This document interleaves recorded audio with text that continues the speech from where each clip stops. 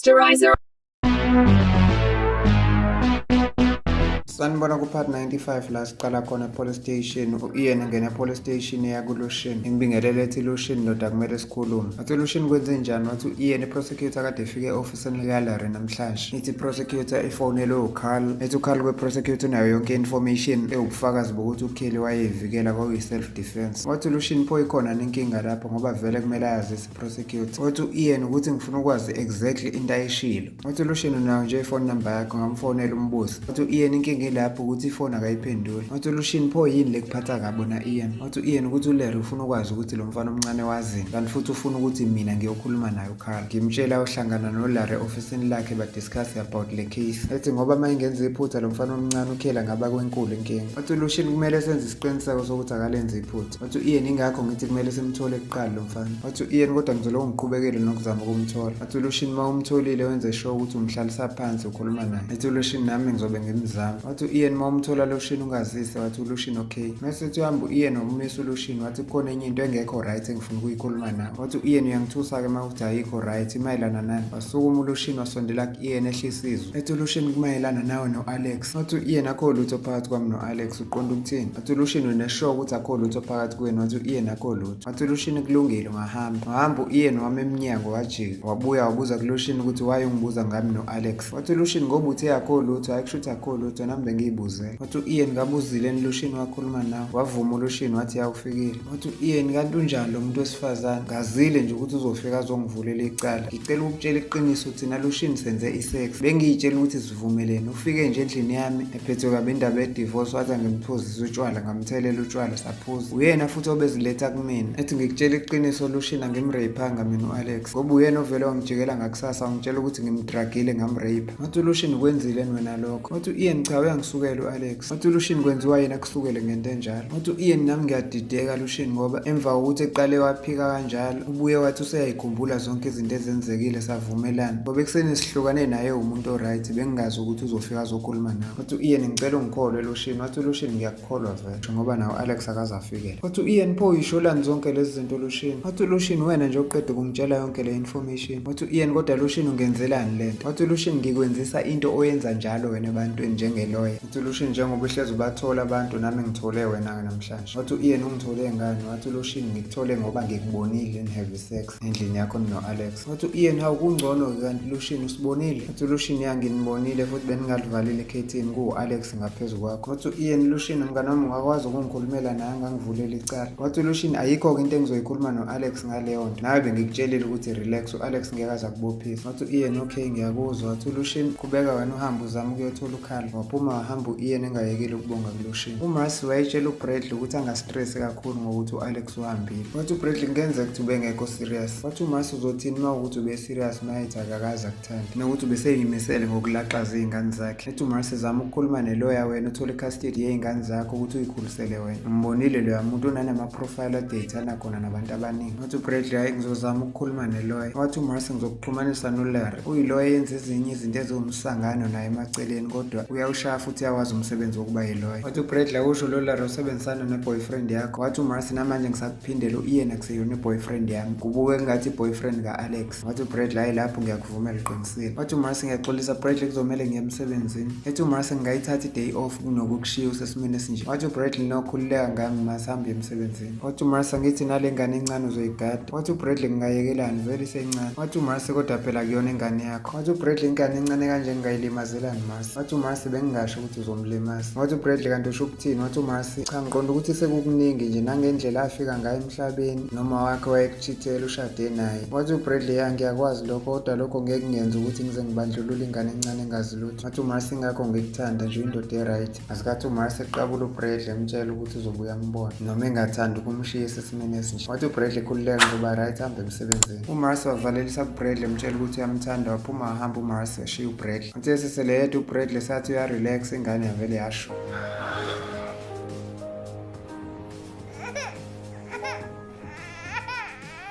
uMarcy wathi uyongena emotweni yakhe wamenyezwa uRandall. Wathi uMarcy nasi isicefe egijima uRandall eya kuMarcy. Wathi uRandall manje wena usuhlala lapha noBradley? Wathi uMarcy yebo kuyoba nini ungibuza leyo nto? Yebo.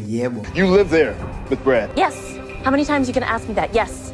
wathi uRandall uyisifebe wena. Wathi uMarcy leyo intombi yakho enenwele eziblondi lo hlezi uyijaha. Ethi uyicheckile iprofile yakhe online wavuma uRandall wathi uMarcy kukuphatha kanjani lokho. Ethi uMarcy cabanga-ke mina noBradley sizoshada. Wathi uRandall ngicela ukukutshela Marcy ayisoze yenzeka leyo nto kusaphila. Wathi uMarcy uyangithreatenisha yini wavuma uRandall. uMarcy watshela uRandall ukuthi ungangisabisi ngoba angisabi. Wathi uMarcy okunye sengikhohlwe ukuxoxela bona sengizoba nengane. Wadideka uRandall ethi usukhulele futhi fast kanje. Wathi uMarcy cha ngisho leya ngane oyitshela ukuthi yakho nino-Alex kanti akusiyona yakho sesizoyikhulisa sobabili noBradley ndawonye. Ethi uMarcy ngoba lesifebe siwu-Alex sihambile sesiyoqhubeka nobufebe baso salaxaza ney'ngane kanjalo sayishiya noBradley. uRandall wahleka kakhulu wathi uyaqala ukuze umuntu ejabulela umbhedo. Ehleka uMarcy ukuthi ujabulela iy'ngane ayishiyeliwe. Wathi uMarcy noma ungaqhubeka nokuhleka kodwa ngizoyikhulisa. Wahamba waya emotweni yakhe wathi every day ngizokwenza show lezo y'ngane ngiyinakekela. Every day I'll be here taking care of the kids.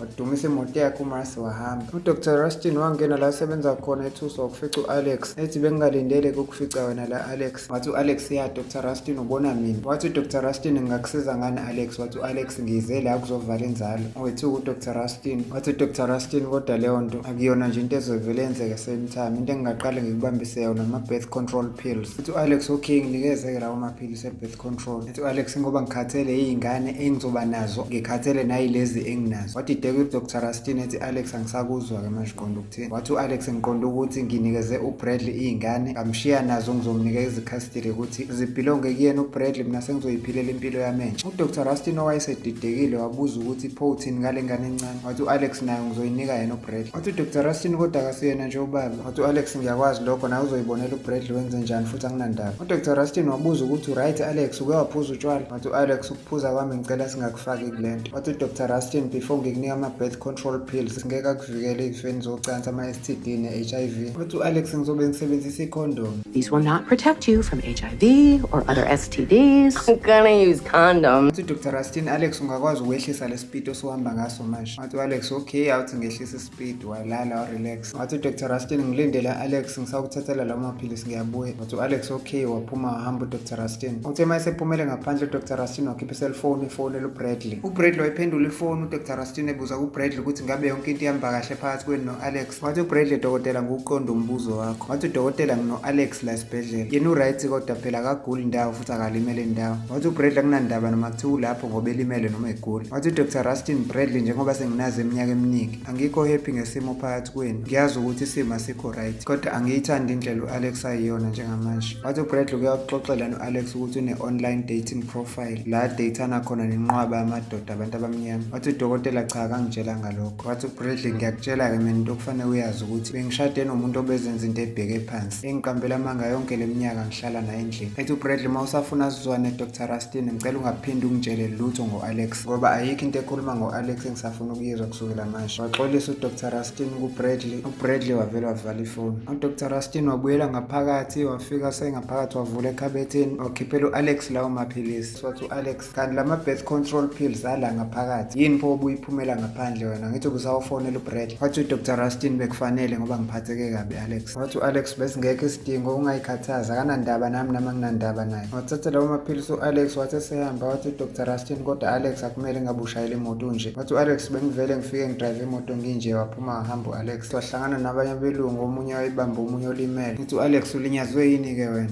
Athi le ndoda yabe sisazwa namandla e-cowboy bar. u-Alex wabuza ukuthi ibiyadayisa utshwala lapha. Yathi le ndoda ngoba kuthiwa ibar yama-cowboy ingoba kudayisa utshwala obuphuzwa ama-cowboy. Le ndoda yamiyalela u-Alex ukuthi ikuphi yona i-cowboy bar. Wathola leyo address u-Alex wathi usayophuza khona manje cowboy bar. Le ndoda yatshela u-Alex ukuthi izomfica khona iyona vele edayisayo ubarman. u-Alex wahamba watshela le ndoda ukuthi izomfica khona. Sebehamba wathi u-Alex kunini ngiyi-wastile isikhathi ngabantu abamnyama nayo indoda yomlungu ezoba yi-type yami. Nale ndoda yatshela u-Alex ukuthi uyi-type yakhe. E-ofisini likaLarry wangena u-Ian emnyango. uLarry wabuza ku-Ian ukuthi umtholile lo mfana omncane. Waphika u-Ian wathi cha kamtholanga. Wathi uLarry ngangatholakala kanjani umfana oyi-public defender kumele ngabe uyena ukulula kakhulu ukuthi umthole. Wathi u-Ian ngiyazama Larry ukumthola. Wathi uLarry Ian ngeke nikwenzeke ukuthi lento ihlangene nawe ngoba ngangakubona the other day uzama ukusinika ema-ofisini uyontshontshwa leya file ka-Travis Kane. Wathi u-Ian kwakungalela langa leyo nto. Khululeka Larry mina ukuthembeka kwami kusenkampanini yami engiyisebenzelayo. Wathi uLarry ungangenzi ngikusole Ian ngoba njengoba ngakutshela nasekuqaleni ukuthi uyoba nenkulu inkinga. Wahleka u-Ian wathi kodwa Larry ebantwini bebonke usuke ungasebenza nabo. Ngaze usole mina le nkampani sengayithwala kanje. Wathi uLeroy khululeka ungahamba kwamanje. Wahamba u-Ian eqhubeka nokuhleka ethi uyangihlekisa namhlanje. E-Cowboy Bar u-Alex wayedlala ingoma yabelungu ku-jukebox esaqhubeka nako ukuphuza utshwala. Wahamba waya ku-barman wafica le ndoda kade ekhuluma naye esibhedlela imbingelela imbuzo ukuthi usefikile. Wathi u-Alex ngeke ngakutshela konje ukuthi sengidivosile. Yathi le ndoda kwamnandi lokho. Wathi u-Alex ucela ithelele obunye utshwala ufuna uku-celebrate. Ethi ufuna bona loba kade ephuza yathi le ndoda icela ukumlethela obuyi-special for ukuthi ucelebrate i-divorce. Wathi u-Alex ayibulethe le ndoda kodwa bazophuza bobabili. Wathi ubarman ngeke ngikwazi ukuphuza ngisemsebenzini. Wathi u-Alex ngifuna uku-celebrate nawe nje i-divorce yami. Yathi le ndoda hayi mawusho njalo-ke kulungile sishaya ama-shot. Bawaphuza ngempela lawo ma-shot. U-Alex wavula isikhwama sakhe wakhipha i-credit card ethi ufuna ukuspenda yonke imali ela kuleli khadi le ex yakhe la ade divorce naye. Wathi u-Alex kule ndoda wonke umuntu ola ebhar kufanele athole ibhodlela le-champagne. U-Alex ethengela wonke umuntu osebhayi i-champagne ethi kuzobe kuphelezela ugoloko. U-Alex watshela le ndoda ukuthi ufuna ukuyogibela leya nkomo elapha ngaphakathi ebhar. Yathi le ndoda u-Alex akayilinde kancane izohamba iyomu-onisela leya nkomo iplagi kagesi khona izonyakaza leya nkomo. U-Alex watshela le ndoda ukuthi yinhle yabonga le ndoda. You are cute. Well, thank you. Wasethi u-Alex kodwa wena ingathi awungithandi nje. Yathi le ndoda ukushiso yini lokho. Wathi u-Alex khululeka ngizokulethela umngani wami omuhle engicabanga ukuthi uzomthanda, intombazane ye-Latin. Yathi le ndoda angilethela i-Latin angikwazi ukukhuluma iSpanish. Wathi u-Alex khululeka kakhuluma iSpanish ukhuluma i-English igama lakho Esperanza. Wathi u-Alex wathi ngimfonele manje ngoba mhlawumbe inkomo soyigibela sobabili ndawonye. Wathi kodwa uqala uthele la ama-shot kagoloko. uRandall wayesabuka i-dating profile ka-Alex ethi ucabanga ukuthi uyini wena Sifebe, Jennifer Pepper. Wathatha iselfoni uRandall wafona efonela u-Alex. Yakhala ifoni u-Alex wabona inamba kaRandall wahleka kakhulu u-Alex. Wayiphendula u-Alex ifoni wathi uRandall yasifebe. Wathi u-Alex awuboni kungcono kodwa ukuthi uthole intombi wena bese uthola nomsebenzi ozokukhipha endlini hayi ozokuhlalisa endlini ngoba ingqondo yakhe istakhe ndawonye. Wathi uRandall udakwe utshwala ngoba ukhuluma kanje. Wathi u-Alex ngidakwe kamnandi ngoba khona indoda ehandsome phambi kwami. Ethi u-Alex futhi ngifuna ukukutshela something. Wathi uRandall yini leyo something ufuna ungitshela yona? Wathi u-Alex angazi ngikuthande. Wathi uRandall akuyona kodwa into owawuyisho le endlini yami yamathuluzi. Wathi u-Alex phela lapho ngangisezwe wena noBradley ngingakezwe ukuthi kukhona amanye amadoda angcono kunani. Wathi uRandall amanye amadoda? Wathi u-Alex yangisho njalo. Wathi uRandall mangaki lawa amanye amadoda? Wathi u-Alex inqwaba maningi. Wathi uRandall ukephi njengamanje? Wathi u-Alex ngise-Cowboy Bar ibhar yabelungu. Wathi uRandall ngiyayazi leyo bhar yobandlululo ngiyeza lapho. Wathi u-Alex uza la? Wavuma uRandall. Wathi u-Alex woza wena uphathe i-wallet yakho siqhubeke notshwala. Wathi uRandall ngizokufica lapho Sifebe. Wavala ifoni uRandall. Uthe eqeda ngaleyo phone call u-Alex wafona esefonela u-Esperanza. Wayiphendula u-Esperanza ifoni. Wathi u-Alex ukuphi njengamanje mngani wami? Wathi u-Esperanza ngisemsebenzini kwenzakalani ngawe Alex? Wasendaweni enomsindo kangaka odlala i-country music. Wathi u-Alex kufanele kube nomsindo ngise-Cowboy Bar. Wathi u-Esperanza kuphi-ke lapha? Wathi u-Alex enye ibhaye ku-Highway 61 mangisuka la ngiyogibela enye inkomo kagesi. Wathi u-Esperanza wazwakala ngathi usudakwe kanjena nje mini kanje Alex. Wathi u-Alex sengiyakushiya manje ngisawugibela inkomo. Wavala ifoni u-Alex. Wasala u-Esperanza ethi hallo Alex eseyivalile ifoni. Wathi uSteven yini Esperanza kwenze njani? Wathi uSperanza ngixakwa indaba ka-Alex uzwakala ngathi udakiwe ungitshela ukuthi usebhanga lesikhathi. Wathi uSteven emini kanje phakathi ney'nsuku yini? Wathi uSperanza u-Edward uphumile wavuma uSteven. Wathi uSperanza ngisafonela uNatalie samsolanda u-Alex kule bar. Wafona u-Esperanza uNatalie wayesebuyele eBurgerfast wayiphendula ifoni. U-Esperanza ebuza ukuthi uke wakhuluma no-Alex. Wathi uNatalie cha angaze ngikhulume naye. Wathi u-Esperanza ukuthi u-Alex uqeda ukungifonela Natalie udakiwe uthi usebar. Wathi uNatalie angemsolo une-stress u-Alex. Wathi u-Esperanza une-stress sani kwenze njani manje ngo-Alex? Wathi uNatalie kade esayina ama-divorce papers benoBradley behlukanisa. Wethuka u-Esperanza wathi ubengayizwanga leyo nto. Wathi hayi okay seya-understanda manje. Wathi u-Esperanza ngicabanga ukuhamba ngiyomlanda. Wathi uNatalie ungakwazi ukudlula la eBurgerfast ungithathe? Wathi u-Esperanza okay ngilindele in 10 minutes ngizodlula ngikuthathe sihambe simlande. U-Esperanza watshela uSteven ukuthi uzobuya usawuthatha uNatalie bawolanda u-Alex. Wathi uSteven okay wahamba u-Esperanza. uKelly wayesamemeza uLoshini engayekeli ukumemeza uLoshini kwaze kwaqhamuka uSteven. Wathi uKelly Steven ngiyacela ngicela uphuthume uyongibizela uLoshini u-Edward utshontshe iBhayibheli lami. Wathi uSteven kodwa Kelly usungaze ukhale kangaka ngenxa yeBhayibheli ngingakuthengela elinye. Wathi uKelly ngiyacela Steven ngicela uphuthume uyotshela uLoshini lento engikutshela yona. Wathi uSteven okay Kelly ngiyakuzwa. Wahamba uSteven eseya kuLoshini. uSteven wahamba wafika kuLoshini wathi lo nangu uKelly kubizi ngathi uyakhala nokukhala futhi. Wathi uLoshini ukhalelani? Wathi uSteven ukhala ngokuthi u-Edward umtshontshele iBhayibheli. Wethuka wasukuma uLoshini uSteven ebuza ukuthi nawe watatazela kangaka kanti yini ebaluleke kangaka ngaleli Bhayibheli? Wahamba uLoshini wazofika ngakwiseli kaKelly wamfica ekhala ngenkathi uKelly etshela uLoshini ukuthi u-Edward ulithathile iBhayibheli lakhe. Wathi uLoshini ulithathe kanjani? Wathi uKelly utshele elinye iphoyisa eliyi-Rocky ebelizomvulela ukuthi alimvulele kwiseli yami wangena wathatha iBhayibheli. Waqhubeka nokukhala uKhele ethi leli Bhayibheli bekuzoba indlela yokuya enkululekweni. uLushini ungabusakhala Khele, ngizolithola le Bhayibheli. Asuka lapho wahamba uLushini. Mase siya kwi-Cowboy Bar, u-Alex wayesegibele leyo nkomo kagesi. Akathi kungena abangani bakhe uNatalie no-Esperanza. Bamemeza bethi akehle phezu kwenkomo engabeza u-Alex ngenxa yomsindo ka-jukebox. Bamemeza bethi akehle wagcina ehlile. U-Alex wamemeza uJohn uBarman ethi akathelela abangani bakhe ama-shot. Bemtshela u-Alex ukuthi ngeke bakwazi ukuphuza basemsebenzini.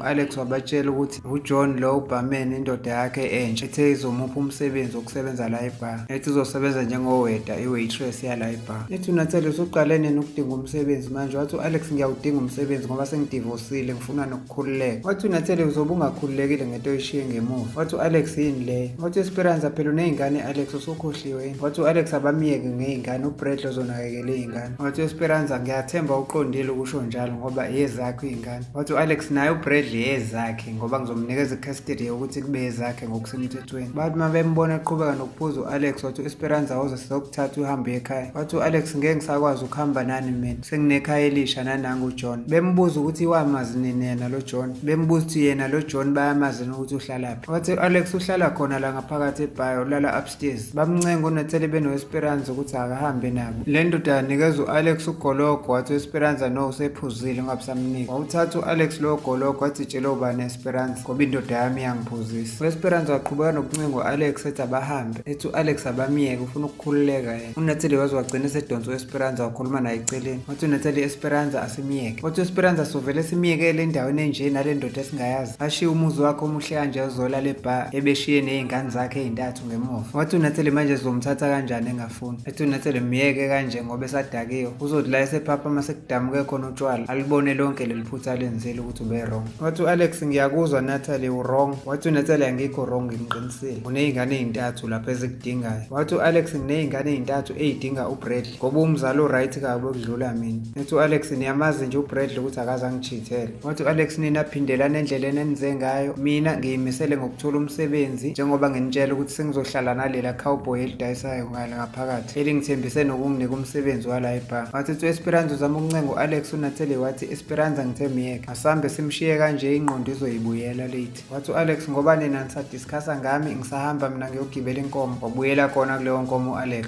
Ngenkathi senze lo bull riding uAlex uNatalie noEsperanza bahamba bamshiya. uLushini wayibuza ku-Ian ukuthi umtholile noKarl wavuma u-Ian ukuthi umtholile. Ethi u-Ian sivumelane naye ukuthi sizohlangana nawe lapho epolice station eMaxine ngo-3 o'clock. Wabonga uLushini wathi okay sesiyobonana ngo-3. Wavala ifoni uLushini wahamba waya ema-change room wafica u-Edward. Wathi uLushini impahla zakho zikhona kwiloka ugqoke ngane Edward ngoba usahamba nqunu. Wathi u-Ed ukuthi ngazalwa nginje. Wathi uLushini liphi iBhayibheli Edward? Wathi u-Edward angikwazi ukuthi ukhuluma ngeBhayibheli lani Lushini kodwa uma ufuna amaBhayibheli zikhona iy'tolo ey'dayisa amaBhayibheli amanye ungawathola esontweni. uLushini wacindezela u-Edward embhanqane lokho ethi ngithi liphi iBhayibheli oliphuca uKheli Edward. Wathi u-Edward lo uyangilimaza nali la elokheni yami iBhayibheli. Wamdedela uLushini wathi likhiphe manje. Wavula u-Ed kwilokha yakhe waphuma nalo iBhayibheli wamnika. uLushini walivula phakathi ethi bheka lezo y'thombe wazwala 28 azingekho iy'thombe phakathi. uLushini wabuza ku-Ed ukuthi ziphi iy'thombe ebezila phakathi. Wathi u-Edward bekungekho y'thombe lapho lo bekuyiBhayibheli lodwa kanjalo. Wathi uLushini usaqhubana nokwenza isilima Edward ngizokuthola Edward waphuma wahamba uLushini. u-Edward wambuka uLushini emgadeli ukuthi uyasithela yena esesithela uLushini u-Edward wakhipha ifoni wafonela uLarry. uLarry wayiphendula ifoni ebuza ukuthi Edward Willis ngingakusiza ngani. Wathi u-Edward mina engizosiza wena uma uzonginikeza imali engango-$200,000. Wathi uLarry yini-ke leyo ngabe ungisize ngayo kanje engangenza ukuthi ngize ngikukhokhele imali eningi kanje. Wathi u-Edward ingoba ngizokunikeza information about abantu besifazane bebezoconfessa about le case osebenzela phezu kwayo kaKelly Isaacs. Mina ngithole lezo y'thombe beyinga-expose isonto all representayo. Wathi uLarry awu kanti uphethe information esolid kanje ngeke sikwazi kodwa ukukhulumela leyo nto over the phone Edward. Lo 200,000 owufunayo imali encane leyo ozoyithola fast. Wena woza naleyo information oyiphethe khona sizosizakala sobabili. Wathi u-Edward khululeka ngiyeza lapho kodwa wenze sure ukuthi imali yami ready. Wathi uLarry khululeka ngemali akuyona nento ongayistressa ngayo wavalelisa bafela ifoni. uBradley wayehleli wathatha iselfoni wafonela uChelsea le ntombazane eyibabysitter ebinokubagadela iy'ngane. ifoni kaChelsea yangena ku-voicemail uBradley washiya i-voice message. uBradley etshela uChelsea ukuthi uyaxolisa ukuthi ngaleya langa ebusuku uze wahamba late. Wathi kodwa uyabonga ukuthi ukwazile ukuhlala. Wathi ubemcela ukuthi ubengeke akwazini ukuthi uma ngabe free namhlanje ngabo-3 ntambama afika azomgadela iy'ngane. Waqeda lapho wavala ifoni uBradley. Waqeda lapho uBradley wahamba sondela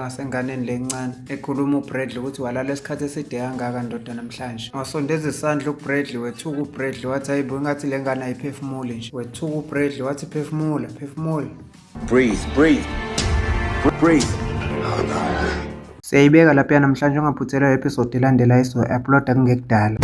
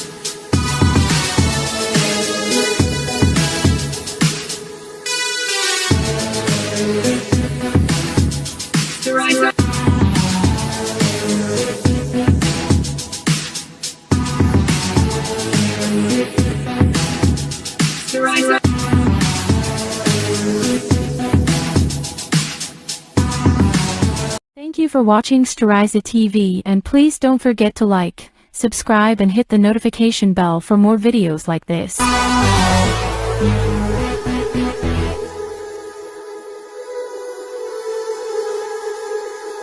Storiza TV.